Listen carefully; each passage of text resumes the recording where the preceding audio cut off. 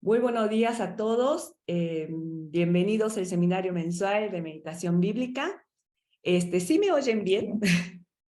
Sí, ok. En este seminario, seguido al seminario mensual de febrero que tuvimos hace un mes con el pastor Nahum, quisimos continuar con las reuniones presenciales también y a la vez virtual.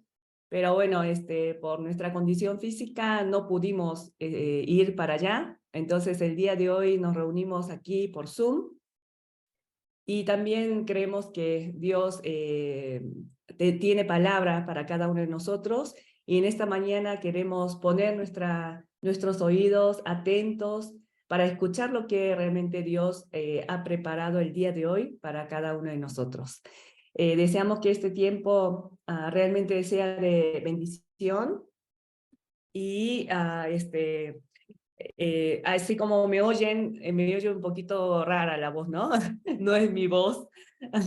A veces me llega así ataques de mucha tos.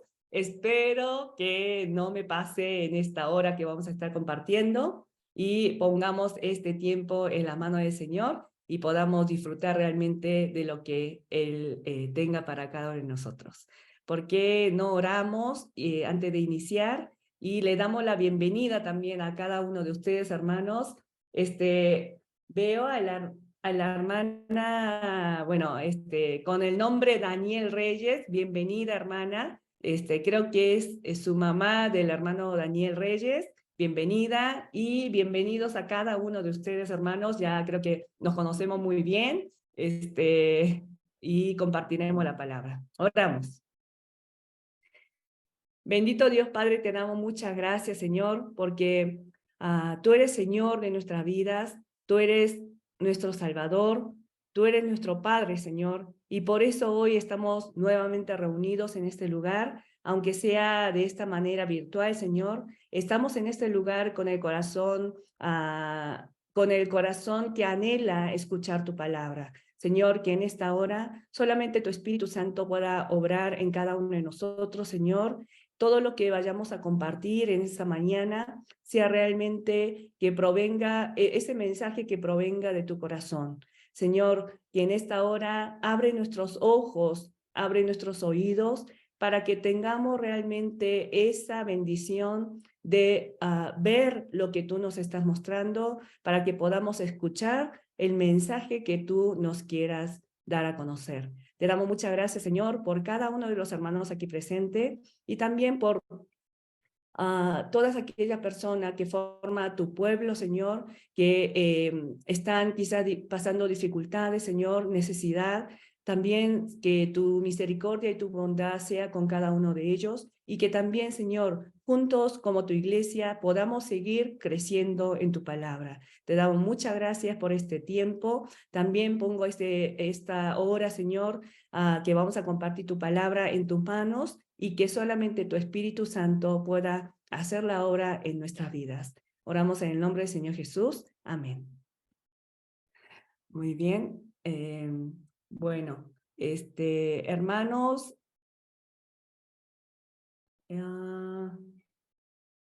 bueno, sean bienvenidos. Creo que todos nos conocemos. Bueno,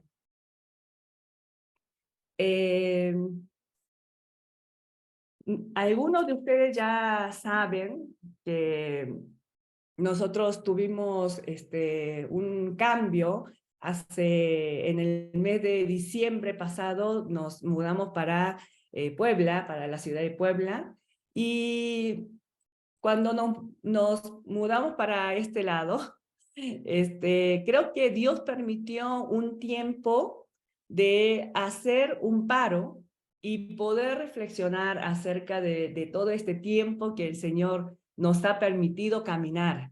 Y ya estamos contando 18 años, 19 años de ministerio aquí en México, nosotros como pareja, ¿no? Pero el Ministerio de Meditación Bíblica ya está cumpliendo 20 años aquí en México. Y recuerdo hace un tiempo atrás que decíamos, el ministerio, cuando presentábamos el ministerio, decíamos, el Ministerio de Meditación Bíblica es un ministerio muy joven, apenas tiene 10 años, pero mire cómo pasa el tiempo y ya estamos cumpliendo 20 años en México. Entonces, Dios nos permitió la oportunidad de volver a reflexionar acerca de cómo fue nuestra vida estos 20 años, estos 18 años. ¿Cómo fue que Dios guió este ministerio, nuestras vidas? Y fue un momento que Dios nos hizo reflexionar y rever estos años de nuestra vida y de nuestro ministerio para agradecer por lo que Dios había hecho, pero también reflexionar sobre los puntos que deberíamos de mejorar. Pero una de las cosas que agradecí al Señor en esta semana, recibí un mensaje de una hermana. Espero, no sé, inoportuna, ¿no? Pero recibí un mensaje en esta semana de una hermana que ya llevaba mucho tiempo de conocerla. Y en ese mensaje la hermana estaba hablando con su hija, que a la hija le habían presentado una doctrina de una iglesia, según coreana, que estaban enseñando una doctrina totalmente errónea. Entonces la hermana le estuvo aconsejando a su hija y la hija le decía lo que le estaba enseñando y la hermana le respondía y ese mensaje me lo mostró. Y cuando vi el mensaje, vi una seguridad en la hermana de lo que decía, de lo que le explicaba a su hija, de lo que ella respaldaba con el conocimiento de la palabra. Y eso a mí realmente fue para mí un gozo. Poder ver el crecimiento de la hermana, porque la hermana cuando la conocimos llegó y dijo, siempre había dicho, ay, yo no conozco nada, yo no sé nada. Pero esa hermana, ahora ante una doctrina errónea, sabe en qué está mal esa doctrina, por qué está mal y lo puede respaldar con la palabra. Eso me dio mucho gusto. Y creo que estos años no han sido en vano en ese sentido, porque seguramente la misericordia y la bondad de Dios estuvo obrando, así como en la vida de aquella hermana, en la vida de cada uno de nosotros. A veces vemos y no vemos el cambio, no notamos el cambio y pensamos que siempre estamos en lo mismo, como que no crecemos, no vemos el cambio, una transformación visible, pero estos años que el Señor nos ha permitido estar en su palabra, meditar en su palabra, no ha sido en vano. Y creo que Dios fue misericordioso en mostrarme ese fruto, uno de los frutos seguramente, uno de los frutos que nos permite ver y gozar, ¿sí? Y creo que fue un motivo, una semana donde yo le decía al Señor, gracias Señor, porque a veces nosotros parece que vamos y compartimos y sembramos, echamos la semilla.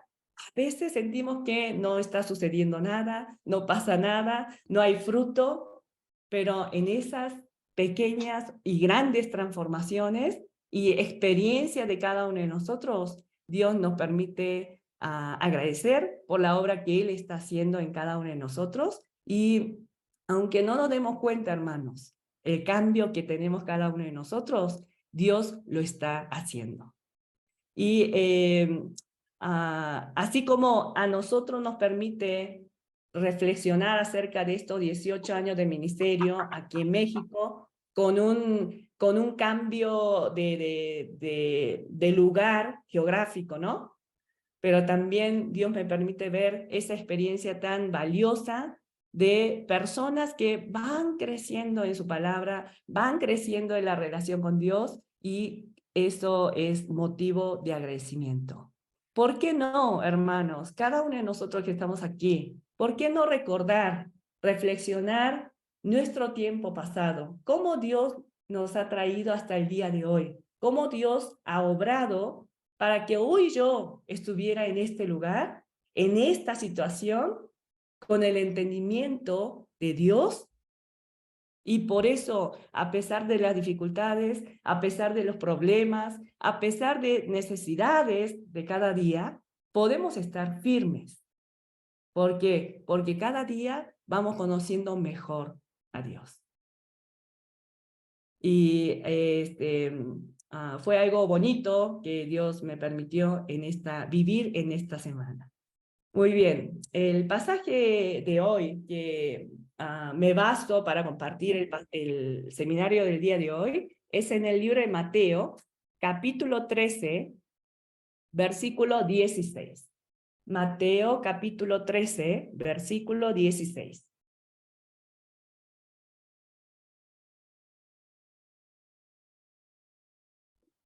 ¿Estamos todos en el pasaje? Es necesario que tengan su Biblia porque vamos a estar leyendo varios pasajes e ir relacionando. Así como ustedes recibieron la invitación del seminario de hoy, el seminario se llama Ojos que ven y oídos que oyen. Y me baso en el capítulo 13 de Mateo, versículo 16, y me gustaría que lo leamos todos juntos, sin poner el micrófono. Dice así la palabra: pero bienaventurados vuestros ojos porque ven y vuestros oídos porque oyen. Una vez más. Pero bienaventurados vuestros ojos porque ven y vuestros oídos porque oyen. En base a este pasaje, hermanos, me gustaría que podamos alcanzar dos objetivos en este seminario del día de hoy. Primeramente, yo preparé este seminario para que a través de los pasajes que estudiemos y leamos en esta mañana, podamos entender la voluntad de Dios para cada uno de nosotros. O sea, seguramente Dios tendrá un mensaje para su vida con los pasajes, a través de los pasajes que vamos a estar compartiendo. Pero también, juntamente a eso, me gustaría que este tiempo sirva como un tiempo donde nos demos cuenta nuevamente de la importancia del estudio bíblico juntamente con la meditación de la palabra. Hermanos, en muchas ocasiones nosotros hemos recalcado y mencionado sobre la importancia de qué relación debe llevar la persona, el cristiano, con la palabra de Dios. Y eso es, a ver, ¿alguien recuerda? ¿Qué debemos hacer con la palabra? Aparte de la meditación, ¿qué debemos hacer?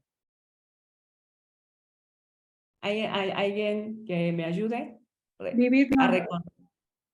Leer, estudiar Ajá. y meditar. Muy bien. Y meditar, muy bien. Leer, estudiar y meditar.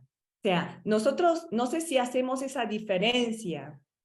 Si les explico de manera muy breve, la lectura bíblica es leer el libro el libro de la Biblia de manera extensa.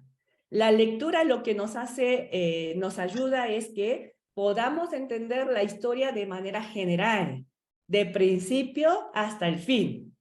Pero, ¿qué es el estudio bíblico? No basta con la lectura bíblica, sino una vez que hacemos la lectura bíblica y tenemos el panorama general, entramos en cada detalle viendo qué significa cada una de ellas. ¿Sí se entiende?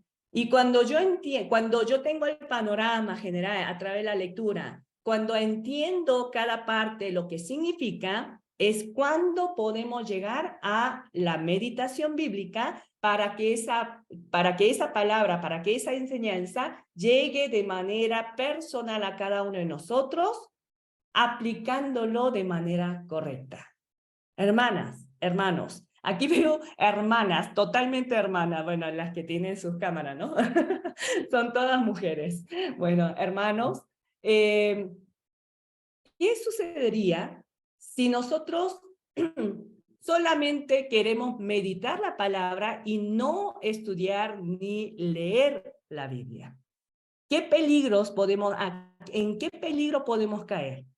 Podemos caer en el peligro de interpretar la Biblia fuera de su contexto, sin conocer el verdadero significado, vamos a tratar de querer aplicarlo en nuestra vida.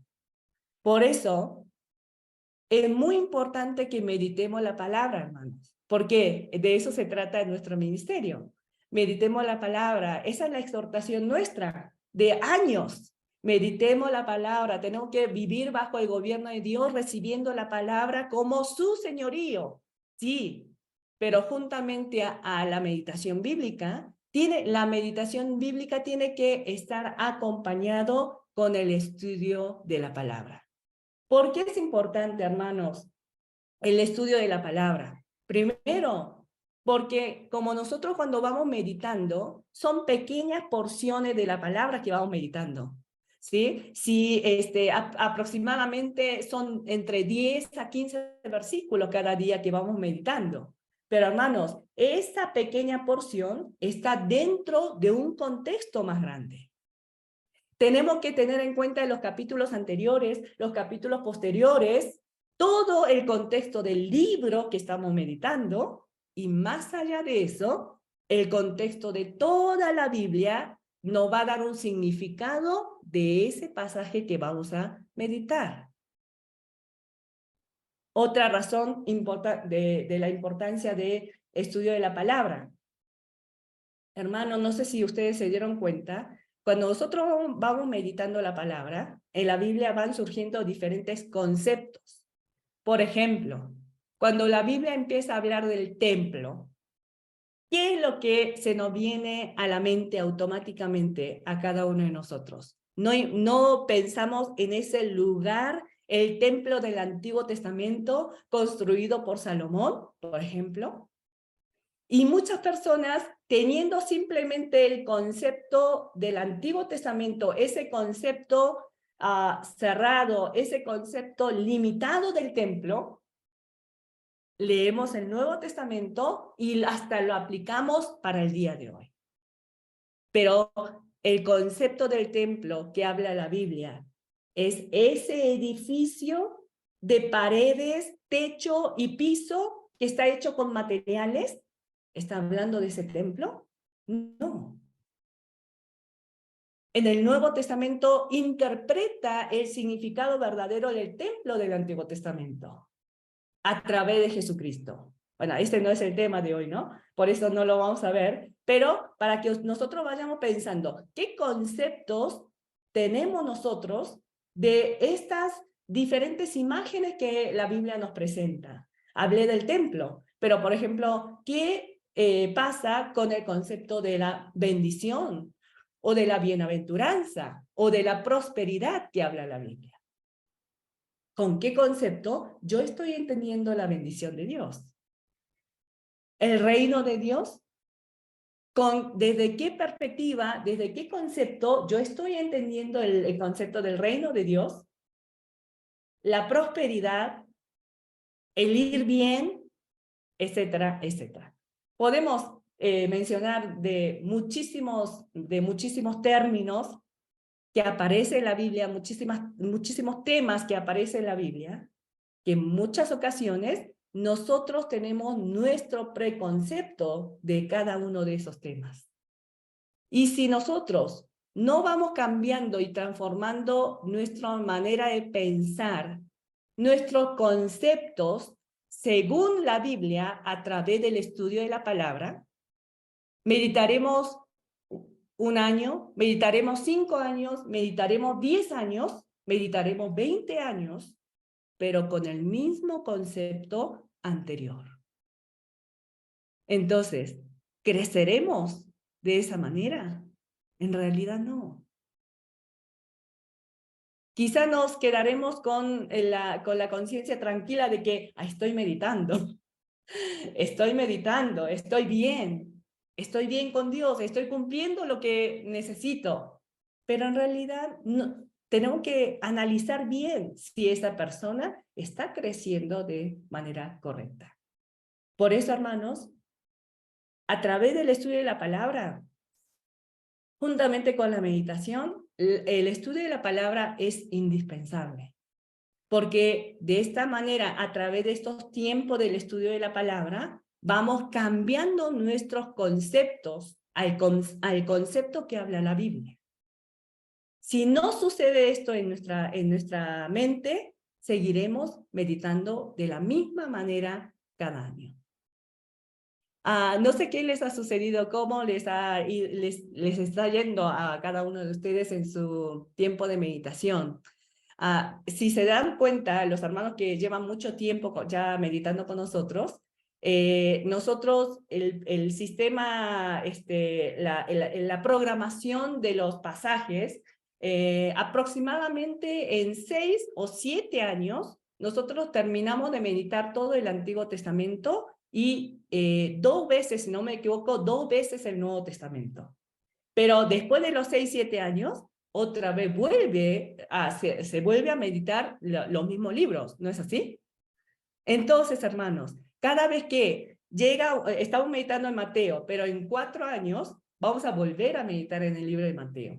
Y cuando volvamos a meditar en el libro de Mateo, ustedes están meditando en el mismo entendimiento de hace 4 años, o están meditando con otro entendimiento a través del estudio de la palabra. Eso es lo que nosotros queremos compartirles. La importancia del estudio de la palabra. Muy bien. Teniendo en cuenta esto, quisiera que vayamos al capítulo 11, perdón, capítulo 12. Capítulo 12 del libro de Mateo. Es un pasaje que ya tiene como aproximadamente un mes que ya meditamos, pero espero que les sirva esto como un ejemplo de recordar nuevamente la importancia de estudiar la Biblia. Capítulo 12, versículo 1 dice así. En aquel tiempo iba Jesús por los sembrados en un día de reposo, y sus discípulos tuvieron hambre y comenzaron a arrancar espigas y a comer. Viéndolo, los fariseos le dijeron, he aquí tu discípulo hace lo que no es lícito hacer en el día de reposo. Y ahí comienza el relato de este segmento del versículo 1 que termina en el versículo 8. ¿De qué está hablando aquí, hermanos? ¿Cuál es el tema central de este acontecimiento? El día de reposo, ¿no? El día de reposo. Versículo 9. Pasando de allí, vino a la sinagoga de ellos, y aquí había allí uno que tenía seca una mano, y preguntaron a Jesús para poder acusarle. ¿Es lícito sanar en el día de reposo? ¿Cuál es la siguiente historia que comienza en el versículo 9? El tema central. Es lo mismo, es el día de reposo, ¿no? Entonces, en el capítulo 12, en la primera fracción, encontramos una historia, un acontecimiento que sucedió con los discípulos de Jesús y los fariseos, y también en el versículo 9 en adelante, otra experiencia que tuvo Jesús en cuanto al día de reposo. Hermanos, si vamos al capítulo 11, versículo 28, capítulo 11, versículo 28, es un pasaje muy, muy conocido y leemos todos juntos sin poner el micrófono y dice así. Venid a mí todos los que estáis trabajados y cargados y yo os haré descansar. Hermanos, ¿encuentra alguna relación? Capítulo 11, Jesús está invitando a un descanso. Pero miren lo que dice en el verso 28. Venid a mí, todos los que estáis trabajados y cargados, y yo os haré descansar. Hermanos, el reposo que Jesús está ofreciendo es posible solamente en Jesús. Pongamos atención a esto. ¿Hacia qué tipo de reposo Jesús nos está invitando en el capítulo 11, versículo 28, cuando Él dice, venid a mí todos los que estáis trabajados y cargados, y yo os haré descansar? Y acerca de esa respuesta, qué tipo de descanso, a qué tipo de reposo Jesús nos está invitando, es lo que nos va a ir explicando del capítulo 12 a través de diferentes acontecimientos. ¿Sí? ¿Me van siguiendo? Entonces, el capítulo 11 no es un tema independiente del capítulo 12, sino en el capítulo 11 Jesús hace la invitación: vengan a mí todos los trabajados y cansados, porque yo los haré descansar. Yo tengo un reposo que ofrecerles. Y este reposo solamente es a través de mí, es lo que está diciendo Jesús. Entonces, ahora veamos, ¿en qué consiste ese reposo a donde Jesús nos está invitando? Si vemos la primera historia de capítulo 12, versículo 1 al 8, hermanos, no nos vamos a entrar en detalle de cada historia porque no es el tema, sino quisiera que nosotros vayamos entendiendo la relación entre estas historias que están apareciendo en este capítulo.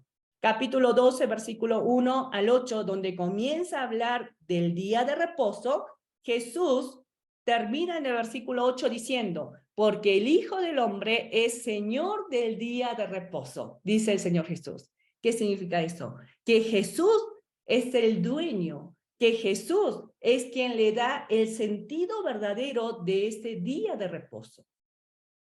Aquí hagamos un alto para que pensemos lo siguiente. Hermanos, si Jesús es quien está invitando a las personas a que vengan a Él para recibir ese descanso, ese reposo, y ahora en el versículo 8 del capítulo 12, Él se declara como el Señor de ese día de reposo, el guardar el día de reposo tiene una relación totalmente estrecha ¿con quién? Con Jesús, ¿no es así?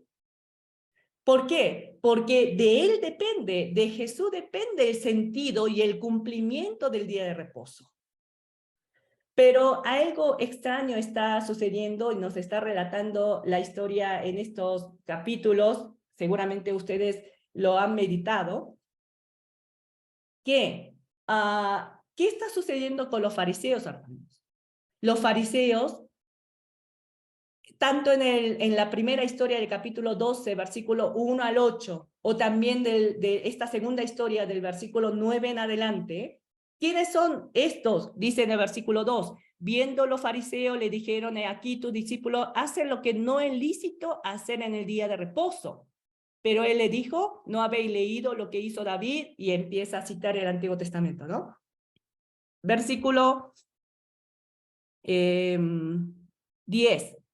Y aquí había allí uno que tenía seca una mano y preguntaron a Jesús para poder acusarle: ¿es lícito sanar en el día de reposo? ¿Qué es lo que vemos en la vida contradictoria, en la vida de fe contradictoria de los fariseos? Ellos estaban celosos en guardar el día de reposo.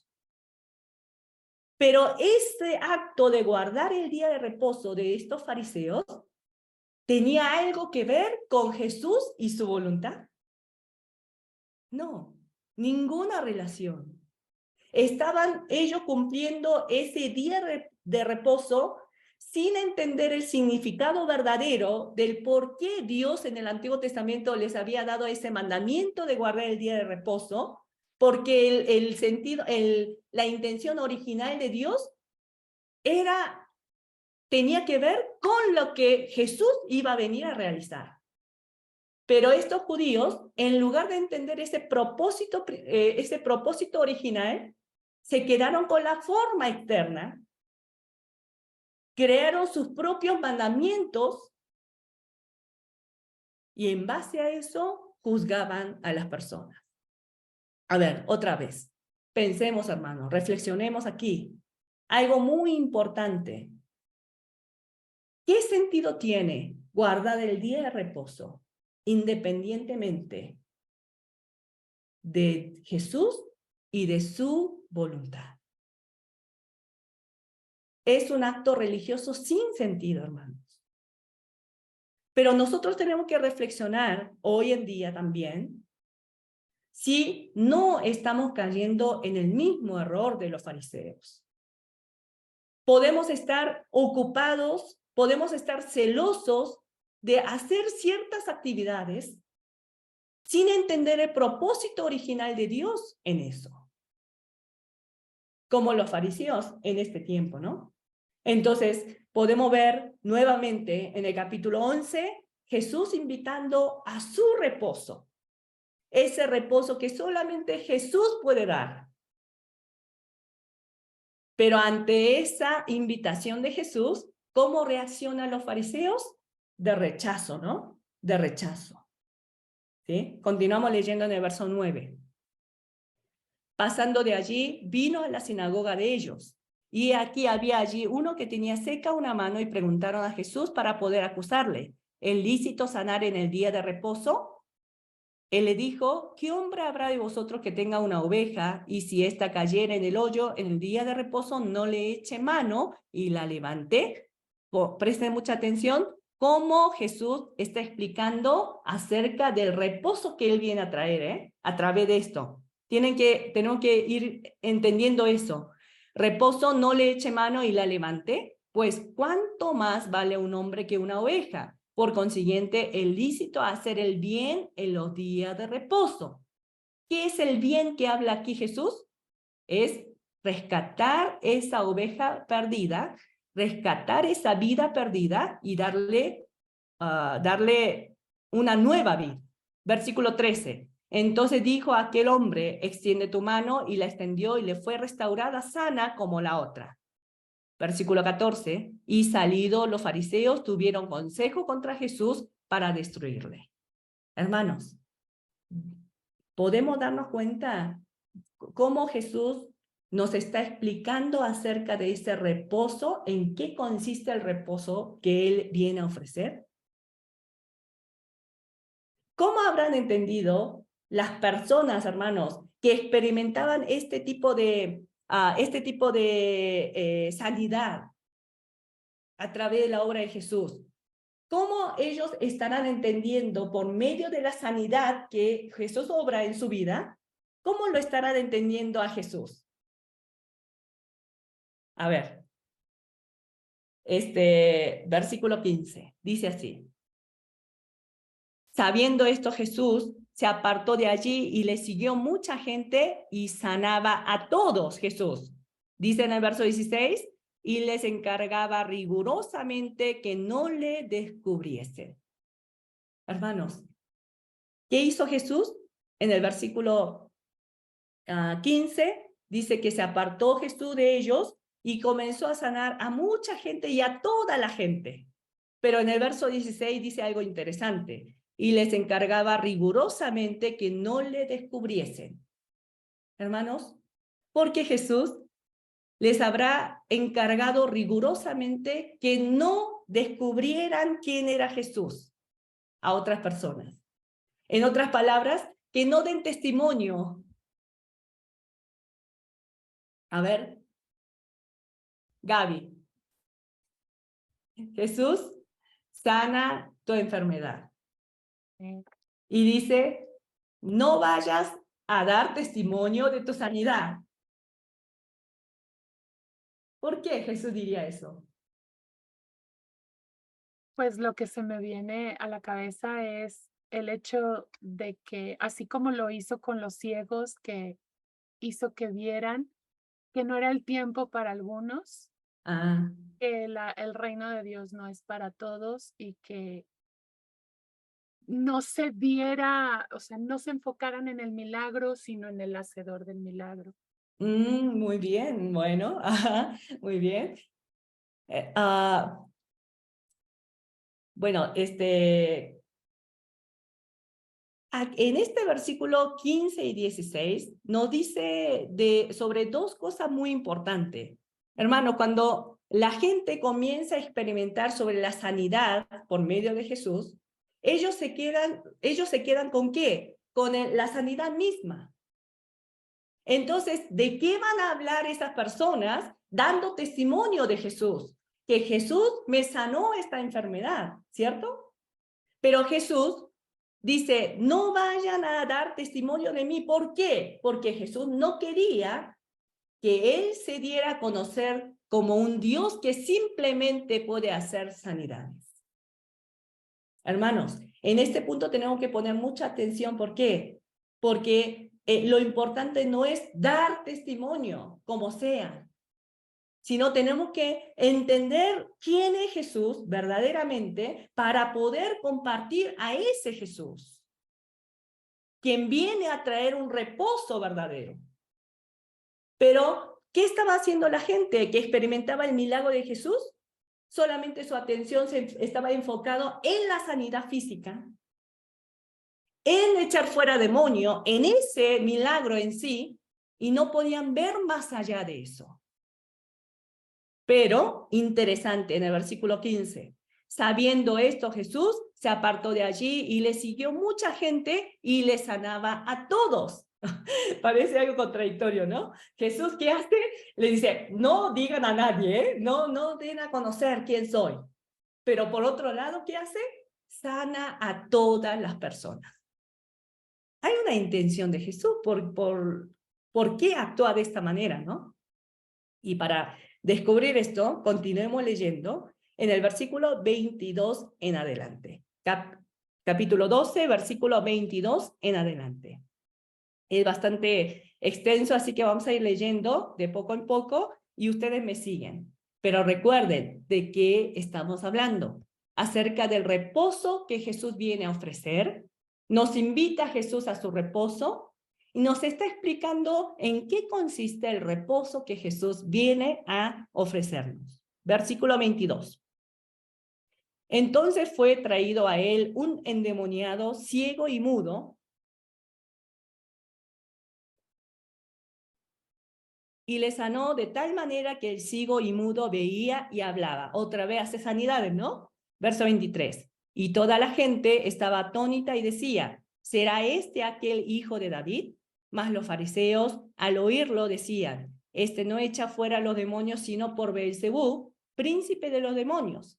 Sabiendo Jesús los pensamientos de ellos, le dijo, todo reino dividido contra sí mismo es asolado, y toda ciudad o casa dividida contra sí misma no permanecerá. Y si Satanás echa fuera a Satanás, contra sí mismo está dividido. ¿Cómo pues permanecerá su reino? Y si yo echo fuera a los demonios por Beelzebú, ¿por quién los echan vuestros hijos? Por tanto, ellos serán vuestros jueces.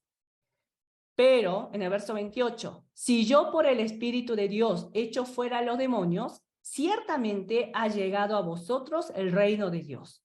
Porque ¿cómo puede alguno entrar en la casa del hombre fuerte y saquear sus bienes, y si primero no le ata? Y entonces podrá saquear su casa. El que no es conmigo, contra mí es, y el que es conmigo no recoge, y el que conmigo no recoge, desparrama.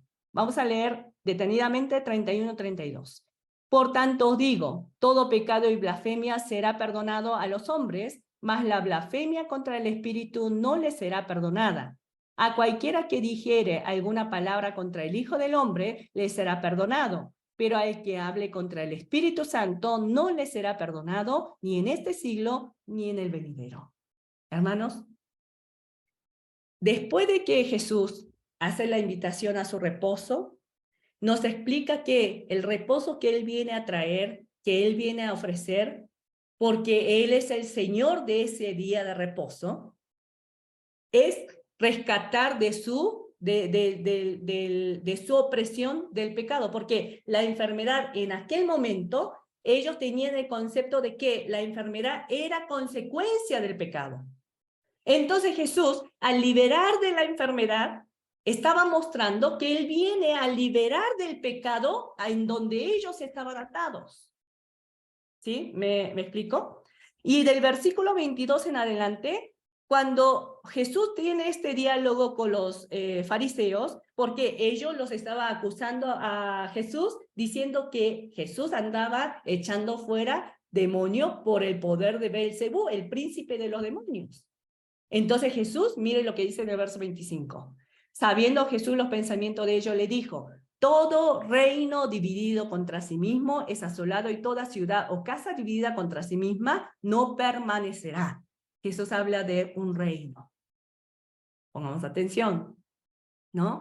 Y en el versículo 28, pero si yo, por el Espíritu de Dios, echo fuera los demonios, ciertamente ha llegado a vosotros el reino de Dios. Pregunta. Jesús anduvo echando fuera demonios, anduvo sanando enfermedades. Esa obra de Jesús, ¿qué es lo que evidenciaba? ¿Qué es lo que evidenciaba? La llegada del reino. Otra vez, verso 28. Pero si yo, por el Espíritu de Dios, echo fuera los demonios, está hablando de su ministerio, ¿no? Jesús echando fuera demonios, Jesús trayendo sanidad de enfermedades. Entonces, ciertamente, ¿qué es lo que ha llegado? Ha llegado a vosotros el reino de Dios. Entonces, cuando Jesús hace esos milagros de echar fuera demonios, de sanar enfermedades, el propósito no estaba en simplemente sanar enfermedades o echar fuera demonios, sino eso estaba demostrando algo, una verdad mucho más importante, que era que a través de Jesús ha llegado el reino de Dios en medio de ellos. Pero hermanos, en ese momento, los fariseos, muchos judíos que estaban experimentando la obra de Jesús, ¿podían ver ese reino? ¿Podían entender el mensaje de Jesús del reino de Dios? Lamentablemente no estaban pudiendo ver. Por eso, en el versículo, miren lo que después de esta historia, en el versículo 38, dice: entonces respondieron algunos de los escribas y de los fariseos diciendo: Maestro, deseamos ver de ti señal. ¿Jesús qué estaba haciendo? Estaba mostrando señales una y otra vez, con sanidades, con echar fuera demonio. Pero ellos, viendo, no estaban pudiendo ver. Entonces, en el versículo 39, él respondió y le dijo: la generación mala y adúltera demanda señal, pero señal no le será dada sino la señal del profeta Jonás. Porque como estuvo Jonás en el vientre del gran pez 3 días y 3 noches, así será el Hijo del Hombre en el corazón de la tierra 3 días y 3 noches. Y así comienza a hablar Jesús. Miren lo que dice también en el capítulo 16, versículo 1 al 4. Capítulo 16, versículo 1 al 4, dice: vinieron los fariseos y los saduceos para tentarle y le pidieron que le mostrase señal del cielo. ¿Qué hacen estas personas? Los saduceos, los fariseos, los escribas, continuamente van con Jesús. Pide señal. ¿Realmente eres hijo de Dios? ¿Realmente eres el Mesías? Demuéstralo. Pero Jesús, ¿qué estaba haciendo? Estaba demostrando quién era él. A través de esos hechos, milagros. Y dice en el verso 2, mas él respondiendo le dijo: cuando anochece decís buen tiempo, porque el cielo tiene arreboles, y por la mañana hoy habrá tempestad, porque tiene arreboles el cielo nublado. Hipócritas, que sabes distinguir el aspecto del cielo, mas las señales de los tiempos no podéis.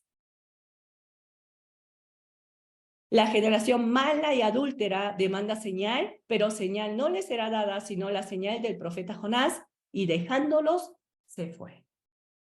Hermanos, Jesús no obraba de manera oculta. No se escondía para hacer las obras. Lo hacía de manera pública, para que ellos entendieran la llegada del reino de Dios a través de él. Pero había personas que no podían entender el mensaje del reino.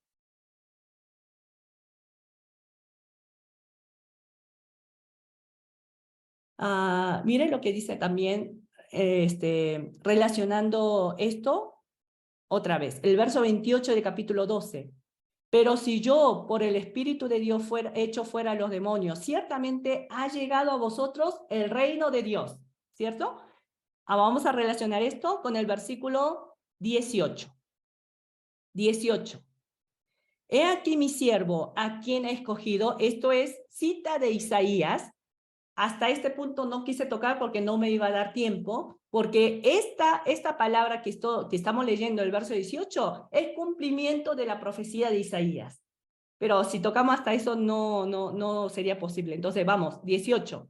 He aquí mi siervo, a quien he escogido, mi amado, en quien se agrada mi alma. Está hablando del Hijo del Hombre, ¿no? Pondré mi espíritu sobre él y a los gentiles anunciará juicio, dice la profecía de Isaías. Está hablando de la venida de Jesús, que Dios pondrá sobre él su espíritu. Y en el versículo 28 que vemos, pero si yo por el Espíritu de Dios echo fuera demonios, ¿sí se entiende la relación? Jesús, cuando viene a este mundo, por el poder del Espíritu Santo, echa fuera demonio. ¿Eso qué significa? El cumplimiento de esta profecía, que Dios le puso a Jesús el Espíritu Santo, y él, a través del poder del Espíritu, está echando fuera demonios. De esa manera, Jesús, ¿qué está haciendo? Está declarando la llegada del reino de Dios. ¿Vamos bien? Pero ¿cómo termina el verso 18? Y a los gentiles anunciará juicio. Significa que el hecho de que Jesús, con el poder del Espíritu, echa fuera demonio, declarando la llegada del reino de Dios. Pero ese mismo acto de Jesús, para otros, ¿qué sería? Juicio. Mensaje de salvación para algunos, pero el mismo mensaje de juicio para otros. ¿Qué es el juicio? A veces podemos pensar el juicio, solamente asociarlo con el juicio final, algo que los incrédulos que van a sufrir al final. Pero también está el juicio presente de Dios. ¿Cuál sería el juicio que nos habla en este pasaje, hermanos? ¿Quiénes serán las personas que están bajo el juicio en este contexto que estamos viendo? ¿No son aquellos fariseos que aún viendo no pueden entender, no pueden ver? Aún oyendo los mensajes, el evangelio predicado por Jesús, ¿no están entendiendo el mensaje del reino? Ese mismo hecho, ¿qué es? Es juicio. Y a esa condición de los fariseos, la Biblia lo llama en el versículo 31. Por tanto os digo, todo pecado y blasfemia será perdonado a los hombres, mas, que dice, la blasfemia contra el Espíritu no les será perdonada. ¿Sí vamos entendiendo? ¿Qué es blasfemar contra el Espíritu entonces? Es rechazar a Jesús como el Rey, quien viene a nosotros para quitar de nosotros el gobierno, la soberanía de Satanás, echando fuera demonio y estableciendo en nosotros el reino de Dios. El rechazar esa obra de Jesús, el rechazar esa obra del Espíritu Santo, es blasfemia contra el Espíritu. Y dice la Biblia que no tiene perdón. ¿Sí vamos entendiendo los conceptos? ¿Sí vamos asociando el significado de los conceptos? Y esa vida que Jesús echa fuera demonio, quien estaba gobernando la vida de aquella persona, echa fuera demonio y ya en la vida de esa persona está gobernando Jesús como el Rey. Y esta persona, recibiendo el gobierno de Jesucristo, vive una nueva vida. Eso es el reposo que Jesús viene a ofrecer. Parecen cosas diferentes, ¿no? el reposo, la salvación, el reino de Dios, la blasfemia contra el Espíritu, parecen temas diferentes, pero están todos asociados. Cuando nosotros estábamos viviendo bajo la esclavitud del pecado, bajo la esclavitud de Satanás, ¿qué viene a hacer Jesús? Echar fuera demonio. Ese echar fuera demonio representa y es evidencia de que el reino de Dios ya está presente por medio de Jesucristo. Y es una señal para nosotros, para que nos demos cuenta que ya mi vida no es gobernada por Satanás, es gobernada por Jesús, mi rey. Entonces este reino de Dios comienza a partir del día de hoy, aquí, presente.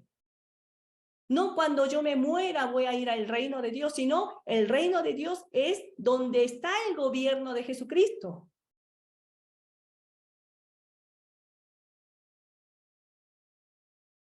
Tenemos ojos para ver ese reino presente en medio de nosotros.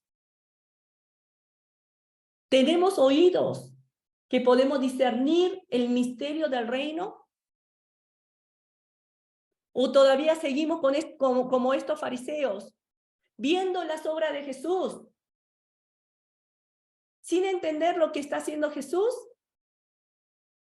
Buscan simplemente lo terrenal. A ver, vamos a ir al libro de Juan, para que veamos un poquito la condición de estos fariseos. Juan, capítulo 12. Juan, capítulo 12.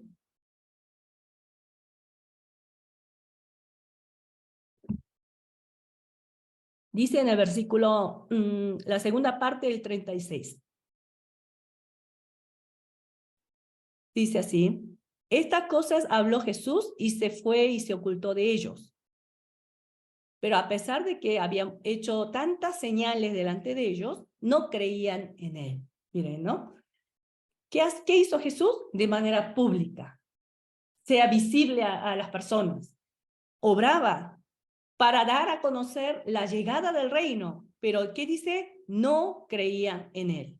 Para que se cumpliese la palabra. Y ese hecho de que ellos rechazaban y rechazaban, fue para que se cumpliese la palabra del profeta Isaías, que dijo: Señor, ¿quién ha creído a nuestro anuncio y a quién se ha revelado el brazo del Señor? Por esto no podían creer, porque también dijo Isaías: cegó los ojos de ellos y endureció su corazón, para que no vean con los ojos y entiendan con el corazón y se conviertan y yo los sane.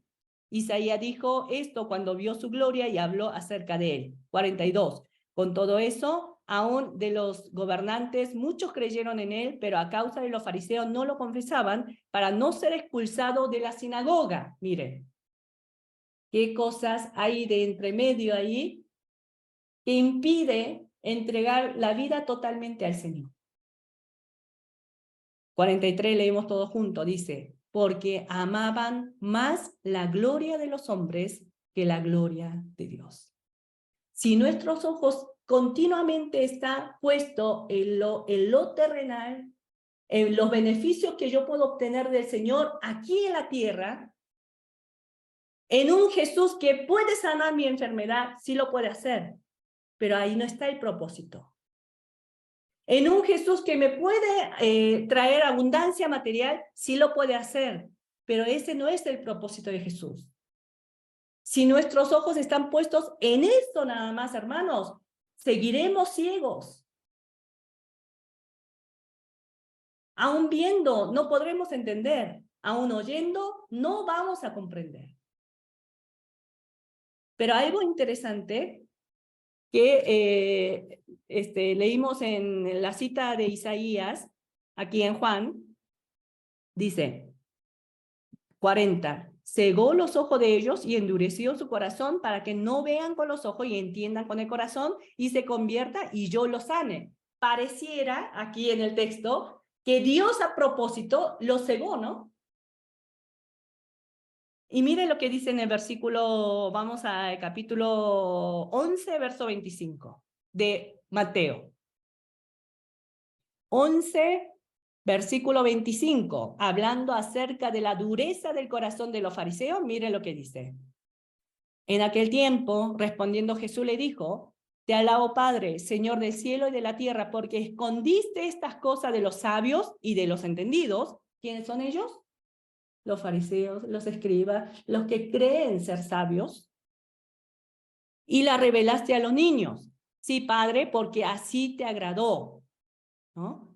Otra vez, verso 25. Te alabo, Padre, Señor del cielo y de la tierra, porque escondiste estas cosas de los sabios y de los entendidos. Pareciera que Dios, a propósito, los escondió para que ellos no pudieran ver. Vamos al capítulo 13. 13. Después de hablar la palabra del sembrador, en el versículo 10, entonces acercándose los discípulos le dijeron, ¿por qué hablas por parábolas? En el verso 11, él respondiendo le dijo, porque a vosotros os he dado saber los misterios del reino de los cielos, mas a ellos no les es dado. Porque a cualquiera que tiene se le dará y tendrá más, pero al que no tiene, aún lo que tiene le será quitado. Por eso les hablo por parábolas, porque viendo no ven y oyendo no oyen, ni entienden. De manera que se cumple en ello la profecía de Isaías que dijo, de oída oiréis y no entenderéis, y viendo veréis y no percibiréis, porque el corazón de este pueblo se ha engrosado y con los oídos oyen pesadamente, y han cerrado sus ojos para que no vean con los ojos y oigan con el oído, con los oídos, y con el corazón entiendan y se conviertan y yo los sane. ¿Qué significará eso? ¿Dios a propósito los había cegado? ¿Dios a propósito les había cerrado los oídos? Vemos que no, ¿no? Recordemos la historia del Antiguo Testamento también.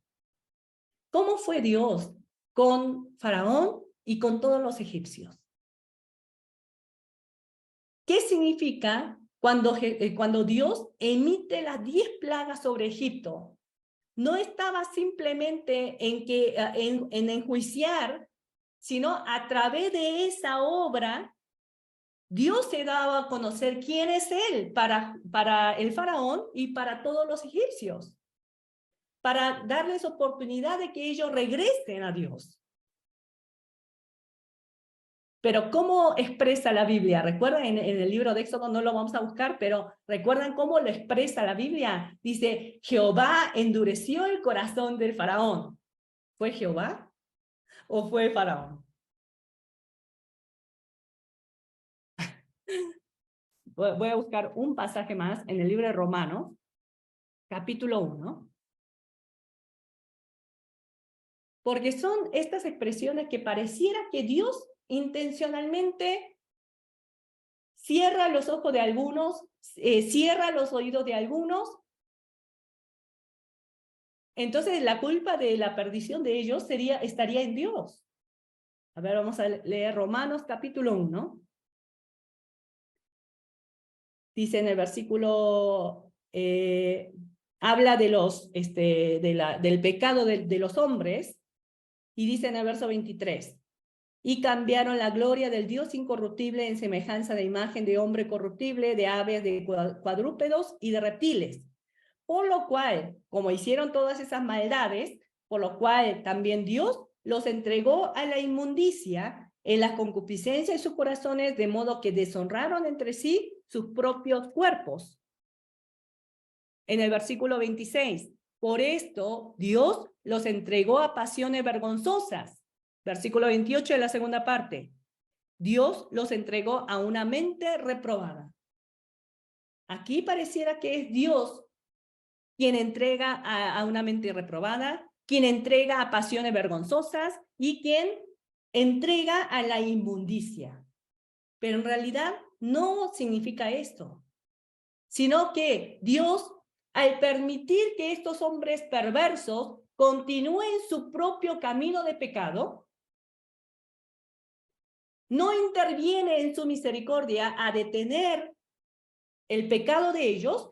Estas personas, estos hombres pecadores, ¿hacia dónde van a correr? Hacia el pecado. Es lo mismo. Regresemos a Mateo. capítulo 13. Dice así, en el versículo 13, por eso les hablo por parábolas, porque viendo no ven y oyendo no oyen ni entienden. De manera que se cumple en ello la profecía en Isaías que dijo, de oído oiréis y no entenderéis, y viendo veréis y no percibiréis. Jesús estuvo obrando, demostrando, dando evidencias visibles de la llegada del reino.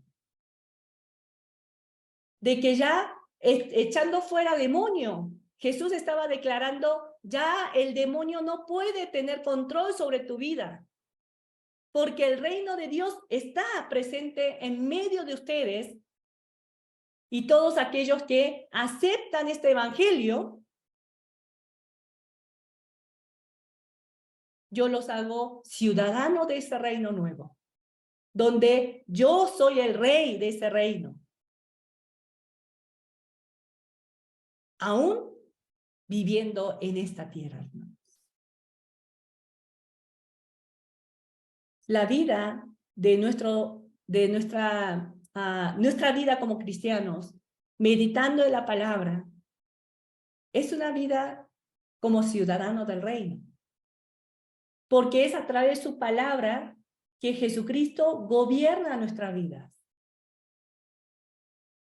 ¿Cuánto estamos agradecidos al Señor por ese reino, por ese gobierno real en nuestras vidas que Él ejerce por medio de su palabra, hermanos? ¿Cuánto estamos agradecidos? Tenemos somos esos bienaventurados, porque dice en el verso 16 al final, ¿no? Pero bienaventurados vuestros ojos porque ven y vuestros oídos porque oyen. Somos esos bienaventurados que tenemos los oídos atentos, nuestros ojos abiertos a la obra que Jesús está realizando como el rey de ese reino en nuestras vidas hoy. ¿O seguimos buscando otros beneficios que podemos obtener a través del poder de Dios, a través del poder de Jesús en nuestra vida? Jesús advierte, ¿no? Y dice en el versículo 12, porque a cualquiera que tiene, se le dará y tendrá más. ¿Qué cosa? ¿A qué se refiere aquí? Cualquiera que tenga, se le dará. Tener dinero, un fondo abundante en el banco, ¿a eso será? ¿Mucho terreno? No. ¿Qué es? Entendimiento del reino de Dios. El que tenga entendimiento de ese reino y busca el reino, ¿qué va a hacer Dios? Va a dar más. Cada día nos va a dar más entendimiento de ese reino. Un ojo más claro para ver ese reino. ¿Pero qué dice? Pero al que no tiene, aun lo que tiene le será quitado.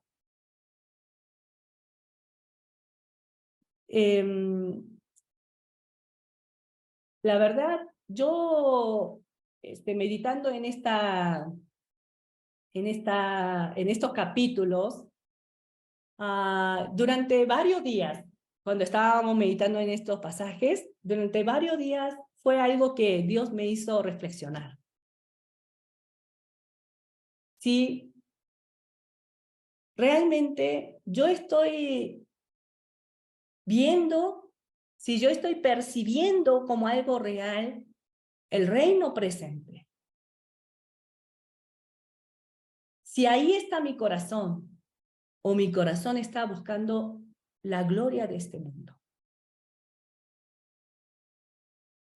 A veces, hermanos, aunque somos ministros, aunque somos misioneros, a veces perdemos la sensibilidad. Pero la palabra otra vez me ha vuelto a exhortar, a desafiar, a poder poner mi mirada y mi atención en el reino presente. En la realidad de que Jesucristo hoy es mi Rey. Ya me sacó, rescató del gobierno de Satanás y me ha permitido vivir una nueva vida en él. Poder ver esa realidad en nuestras vidas, hermanos, significa que somos bienaventurados. ¿Tienen ojos? Bienaventurados. ¿Tienen oídos? Bienaventurados. Vamos a terminar leyendo una vez más el versículo 16. Dice así: pero bienaventurados vuestros ojos porque ven y vuestros oídos porque oyen. Porque de cierto os digo que muchos profetas y justos desearon ver lo que veis y no lo vieron, y oír lo que oís y no lo oyeron. Hermanos, si hay alguna de ustedes que no están pudiendo ver, pudiendo escuchar el secreto del reino de Dios, ¿saben cuál es la palabra de Dios para ustedes? Pidan, busquen, toquen, y el Señor les va a dar lo que ustedes pidan. ¿Oramos? Bendito Dios Padre, te damos muchas gracias porque entre medio de muchas personas, Señor, en este mundo, habiendo tanta maldad y tanta injusticia, Señor, tú nos rescataste a cada uno de nosotros para que seamos tus hijos, para que seamos ciudadanos de este reino. Señor, danos la fortaleza, danos el entendimiento, danos luz y danos a tu Espíritu Santo para que podamos vivir el día a día, Señor, siendo testigo de tu reino. Que cada uno de nosotros aquí presentes, Señor, que podamos poner nuestro corazón dispuesto a escuchar tu palabra cada día, enseñar de que estamos bajo tu reino, Señor. Que ese tiempo de la meditación bíblica, que el tiempo de los estudios bíblicos, Señor, no sea como una tarea, como una carga, sino que a través de esos tiempos nuestra persona pueda ir madurando en ti, Señor. Una vez más, gracias por este tiempo que tú nos vuelves a hablar, que si hay algún mensaje que hemos recibido de ti, Señor, que lo podamos guardar y meditar, y que, Señor, que tu Espíritu Santo nos acompañe a cada uno de nosotros, Señor, en el lugar y en la situación que nos encontremos, para que podamos seguir cumpliendo con tu santa voluntad. Te damos muchas gracias por lo que has hecho en esta mañana. Oramos en el nombre del Señor Jesús. Amén.